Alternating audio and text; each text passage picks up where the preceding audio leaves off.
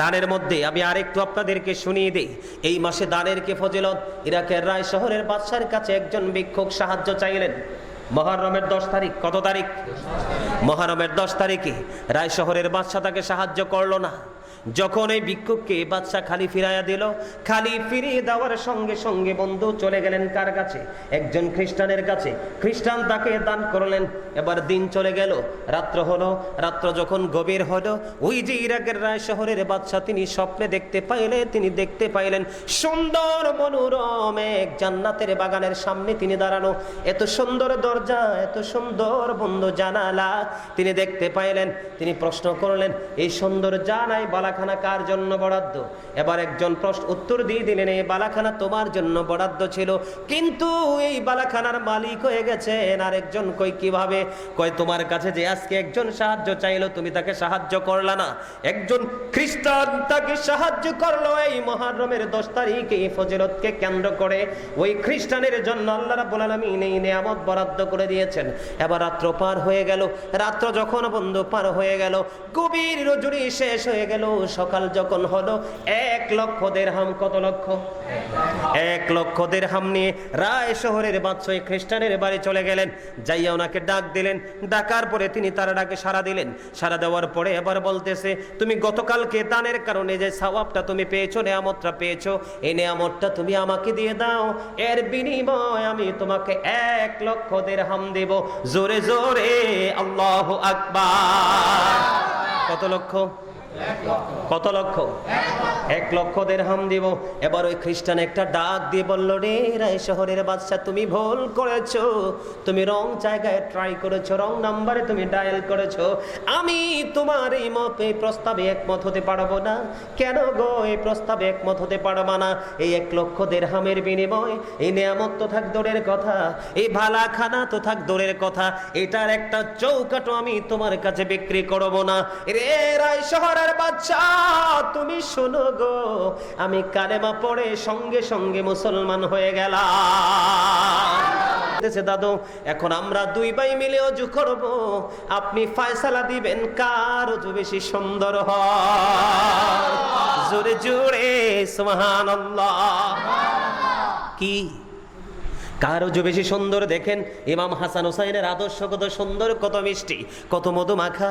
এবার 2 ভাই মিলে ওযু শুরু করলো। ওযু যখন কমপ্লিট হলো, কমপ্লিট হওয়ার পরে এবার 2 ভাইকে বন্ধু 2 ভাই প্রশ্ন করলেন, দাদু বলো তো আমরা 2 ভাইয়ের মধ্যে কার ওযু বেশি সুন্দর হয়েছে? এবার ওই বুড়ো দাদু উত্তর দিলেন যে তোমরা 2 ভাইয়ের ওযুই সুন্দর। এবার ওই মুরব্বী দাদু প্রশ্ন করলো, তোমরা কে রে? এত সুন্দর মিষ্টি তোমাদের চেহারা, কত মিষ্টি তোমাদের জবানের বাণী রে, এত সুন্দর করে তোমরা 2 ভাই মিলে ওযু বানাইলা। আমি জানি না তোমাদের পরিচয়, তোমরা কে কে, বা তোমাদেরকে তো সুন্দর ওযু শিখিয়েছে। এবার ইমাম হাসান হুসাইন 2 ভাই ডাক দিয়ে বলে, দাদু গো, এই ওযু শিখিয়েছেন আপনার নবী রহমাতাল লিল আলামিন। তার মানে হলাম আমরা 2 ভাই হলাম আল্লাহর প্রিয় হাবিব হাবিবুল্লাহ, যিনি আখিরি নবী, যিনি প্রথম নবী, যিনি শ্রেষ্ঠ নবী, যিনি ইমামুল মুরসালিন, ওই নবীর কলিজার টুকরা আদরের 2 নাতি হাসান হুসাইন। জোরে জোরে কন্যা সুবহানাল্লাহ। ইমাম হাসান হুসাইনের জীবন থেকে আমরা কি শিখলাম? ওযু শিখলাম। ওযু যদি ভালোভাবে করতে পারেন তাহলে আপনার ঠিকানা কোথায় জানেন? জান্নাতে। আরেকটা এক্সাম্পল আমি আপনাদেরকে দেই। আমার নবী যখন মেরাজে গেলেন, মেরাজে যখন আমার নবী সফরে গেলেন, মেরাজে যখন যায় আমার নবী, তখন হযরতে বিলাল কিন্তু মৃত্যুবরণ করে না। বিলাল পৃথিবীর বুকে জীবিত অবস্থায় আছে। জোরে জোরে কোন সুবহানাল্লাহ। এখানে আসার কারণ কি বলা? এখানে আসার একটা মজা আছে, রহস্য আছে। এখানে আসার কারণ হলো বন্ধু, আমার নবী যখন মেরাজে গেলেন, মেরাজে যাওয়ার পরে জান্নাত দেখেছেন, জাহান্নাম দেখেছেন বন্ধু, সব কিছু দেখেছেন। আমাদের কোম্পানিতে দেখেন, বাংলাদেশের বিভিন্ন কোম্পানিতে 6 মাস 1 বছর জুন অথবা ডিসেম্বরে কিন্তু অডিট হয়। অডিট হয় কিনা? বন্ধুরে আমার, আল্লাহ রাব্বুল আলামিন যে নিদর্শন, যে সুন্দর নিদর্শন সৃষ্টি করেছেন, সবগুলো অডিট করার জন্য আল্লাহর হাবিবকে মেরাজে ডেকেছেন আমার আল্লাহ। আমার নবী যখন অডিটে গেলেন, দেখলেন সবকিছু। আমার নবী সবচেয়ে বড় মজার খবর, আমার নবী যখন জান্নাতের মধ্যে কদম বাড়িয়ে দিলেন, কদমটা বাড়িয়ে দেওয়ার পরে বন্ধু আমার নবী দেখতে পাইলেন বেলালের প্রত্যেকটা কদমের ছাপ জান্নাতের মধ্যে দেখা যায়। আমার নবী মেরাজ শেষ করলেন, মেরাজ শেষ করে এসে বন্ধু হযরতে বেলালকে প্রশ্ন করলেন, বেলাল, আমি জান্নাতে যাওয়ার পরে দেখতে পাইলাম তোমার কদমের ছাপ রে বেলাল, তোমার জীবনে কি এমন আমল করেছো যে আমলের কারণে তোমার ছাপ অথবা কদমের শব্দ আমি জান্নাতে শুনতে পেয়েছি? এবার হযরতে বেলাল উত্তর দিয়ে দিয়েছেন, ইয়া রাসূলুল্লাহ, ইয়া হাবিবাল্লাহ, নবী গো, প্রাণের নবী গো, আমার জীবনের এই জান্নাতে পায়ের শব্দ, পায়ের চাপ দেখার একটা মাত্র কারণ, আমার জীবনের সবচেয়ে বেশি মূল্যায়ন করেছি আমি আমার পবিত্রতাকে। জোরে জোরে সুবহানাল্লাহ। আর আমরা নামাজে যাওয়ার আগে উযুর মাধ্যমে পবিত্র হই, গোসলের মাধ্যমে পবিত্র হই, ঠিক কিনা বলে? বন্ধুরে আমার, পবিত্র হওয়ার জন্য এত সুন্দর অজু আমার নবীর কলিজার টুকরা শিখিয়ে দিল, আর ইয়াজিদ বাহিনী শিখিয়ে দিল কিভাবে বন্ধু জিনা করতে হয়, ঠিক কিনা বলো? ভাল লাগে না? ওয়াজ কি ভাল লাগে না? লাগে। কি বুঝতে পারলে? ইমাম হুসাইন শিখাচ্ছে, সুন্দরভাবে ট্রেনিং দিচ্ছে, পবিত্রতার ট্রেনিং, ওযু কিভাবে করতে হবে সেই ট্রেনিং। আর ইয়াজিদ বাহিনী কি করছে? 61 হিজরিতে রাসূলের কলিজার টুকরাকে কতল করেও ক্ষান্ত হয় নাই। 63 হিজরি পর্যন্ত তারা তাণ্ডব চালিয়েছেন, হাররার ঘটনা ঘটিয়েছেন। ইমাম হুসাইন শিক্ষা দিয়েছেন মানুষকে কিভাবে পবিত্র থাকতে হয়, আর ইয়াজিদ এবং তার বাহিনী ট্রেনিং দিয়েছে কিভাবে এই শরীরকে, এই মনকে, এই দেহকে কিভাবে নোংরা অপবিত্র করতে হয়, কিভাবে অপবিত্র করা যায় জিনার মাধ্যমে, ব্যভিচারের মাধ্যমে। জোরে জোরে বলেন না নাউজুবিল্লাহ। ইয়াজিদের কথা শোনা কি উচিত? আজকে আমাদের দেশে ইয়াজিদের কথা মানুষ শোনে, ইয়াজিদকে নিয়ে প্রশংসা করে, জোরে জোরে বলেন না নাউজুবিল্লাহ। আর জোরে বলেন নাউজুবিল্লাহ। বন্ধুরে আমার, ইমাম হুসাইন এমন একজন আল্লাহর প্রিয় বান্দা, ইমাম হুসাইনের জীবনে পায়ে হেঁটে 25 বার তিনি হজ করেছে। কতবার?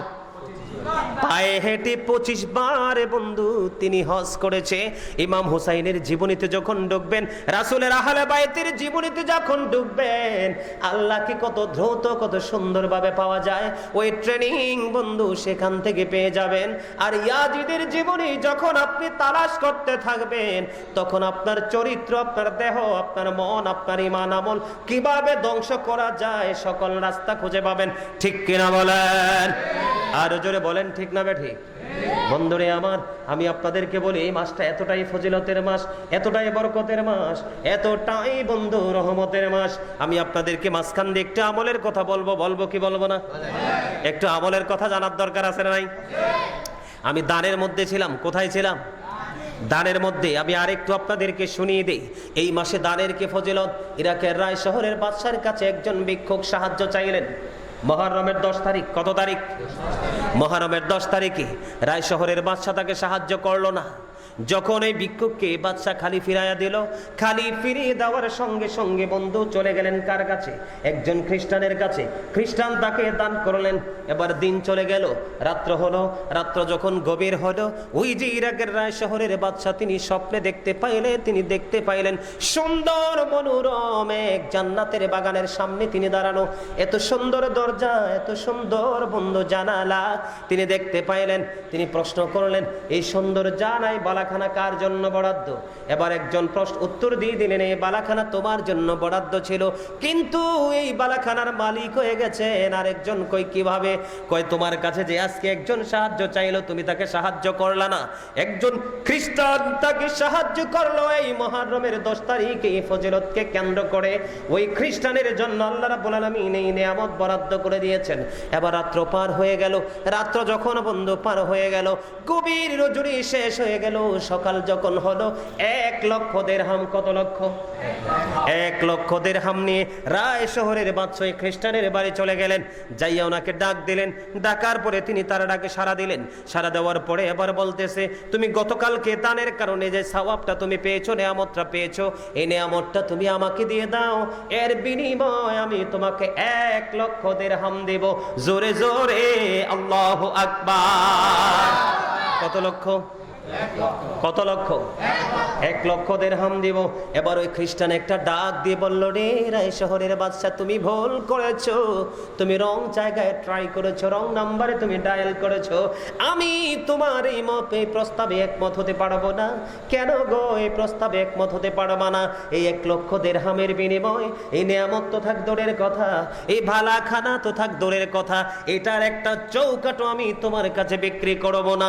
রে রায় শহরের বাদশা, তুমি শোনো গো, আমি কালেমা পড়ে সঙ্গে সঙ্গে মুসলমান হয়ে গেলাম। শুধু এই মুহররমের 10 তারিখে দানের কারণে, দানের ফজিলত। বলে হুজুর, ওই খ্রিস্টান কেন মুসলমান হলো? সে কিভাবে জানতে পারলো? সেই স্বপ্নটা, যেই স্বপ্নটা দেখেছেন ইরাকের রায় শহরের বাদশা, ঠিক সেই স্বপ্নটা দেখেছেন ওই খ্রিস্টান। খ্রিস্টান দেখে পাগল হয়ে গেল। পাগল হয়ে তিনি ওই বাদশার উপস্থিতিতে তিনি কালেমা পড়ে মুসলমান হয়ে যায়।